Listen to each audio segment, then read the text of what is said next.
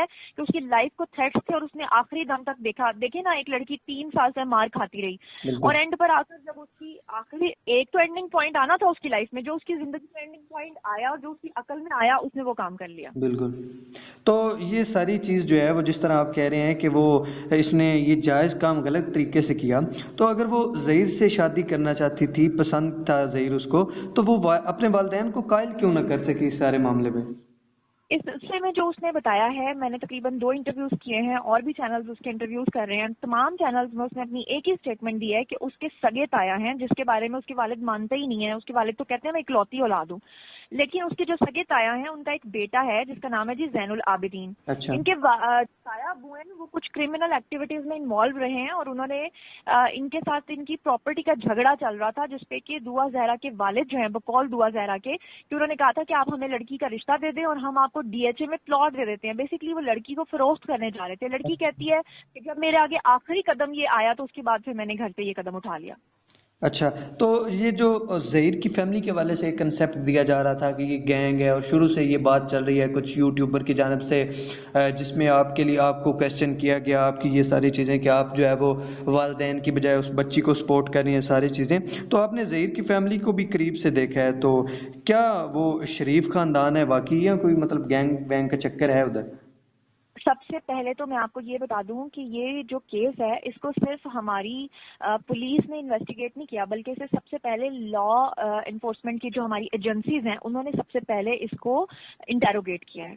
फिर उसके बाद जितने भी सहाफ़ी इस हवाले से जितने भी जर्नलिस्ट उनके घर गए थे, जितने भी लोग उनके हवाले से रिपोर्टिंग कर रहे थे, उन्होंने उनको भी इन्वेस्टिगेट किया। सबसे उन्होंने इन्फॉर्मेशन लेके अपनी एक जो फाइनल फाइंडिंग बनाई है वो यही है कि ज़हीर का ताल्लुक किसी किस्म के कोई गैंग से नहीं है, और सबसे बढ़कर ये कि उनके घर के तमाम अफराद जो हैं वो पंजाब यूनिवर्सिटी के मुलाजमीन हैं और अंदर ही उनको सरकारी रिहाइशगाह भी मिली हुई थी। अच्छा। तो आप मुझे बताएं कि इस तरह के गैंग को कभी गवर्नमेंट ऑफिसर्स को आपने देखा बिल्कुल जो नहीं, सरकारी रिहाइशगाह ऐसा ही इस्तेमाल नहीं। करते हो?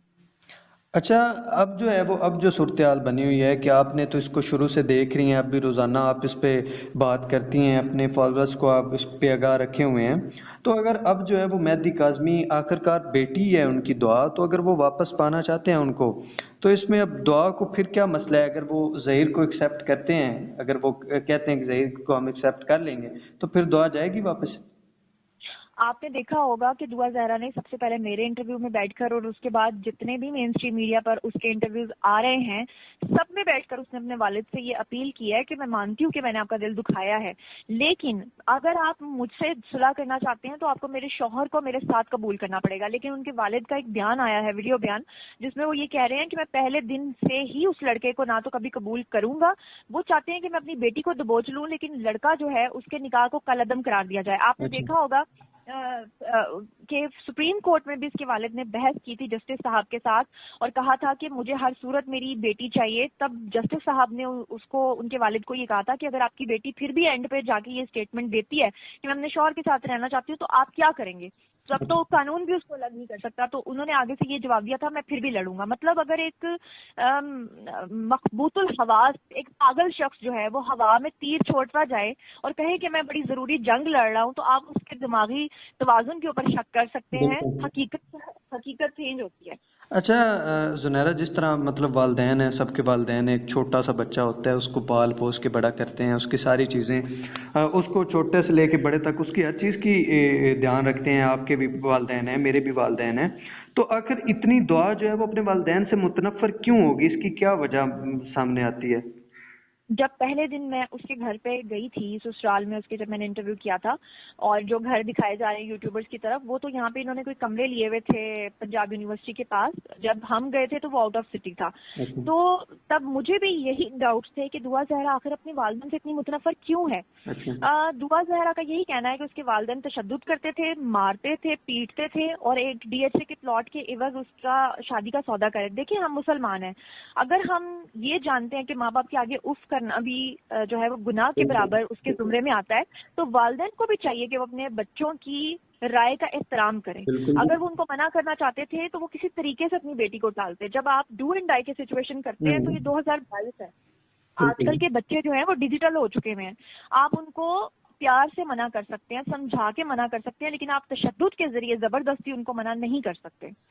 अच्छा, तो ये अब मेडिकल रिपोर्ट भी आई है, जो सारा चर्चा जो है वो मेहदी काज़मी साहब इसके पीछे लगे हुए हैं सारे मामले पे, तो उनको तो मेरे ख्याल में अभी भी यकीन है कि दुआ वापस आएगी, और मेडिकल रिपोर्ट के मुताबिक भी उनकी उम्र जो है वो पूरी नहीं बनी। देखें, इनके वालिद का सबसे पहला झूठ तो यहाँ से पकड़ा जाता है कि जब इन्होंने ये कहा था कि इनकी बेटी घर से निकली थी आज से 3 माह पहले, इन्होंने कहा मेरी बेटी की उम्र 13 साल और कुछ महीने थी। फिर आप देखा कि इसका जो पहला मेडिकल आया उसमें उसकी उम्र आई थी 16 से 17 के दरमियान, जो इसका ओसिफिकेशन टेस्ट हुआ था, बोन टेस्ट। उसके बाद अब जो 10 से 11 डॉक्टर्स का पैनल बैठा है और उन्होंने अपनी जो रिपोर्ट दी है, आपको ये अच्छे तरीके से पता होगा कि मेडिकल रिपोर्ट हमेशा 1 से 1.5 साल ऊपर या नीचे आ सकती है। तो पिछले टेस्ट आया था उसमें 16 से 17 साल आया था, इस दफा जो आया है वो 15 से 16 के दरमियान आया है, 15 से ऊपर आया, नियर टू 15 आया। मतलब ये है कि कानून ये कहता है कि बेनिफिट ऑफ डाउट हमेशा मुल्जिम को मिलता है, यानी कि अब की बार भी जब वो कोर्ट में जाएंगे तो वो बालिग ही तस्वुर होगी, मतलब 16 से 17 साल ही वो साबित होती है हर सूरत। दुनिया का कोई कानून, कोई मुल्क उसको उसकी स्टेटमेंट के खिलाफ उसके वालिद के पास या दारुल अमान नहीं भेज सकता अनटिल के वो खुद ना कहे।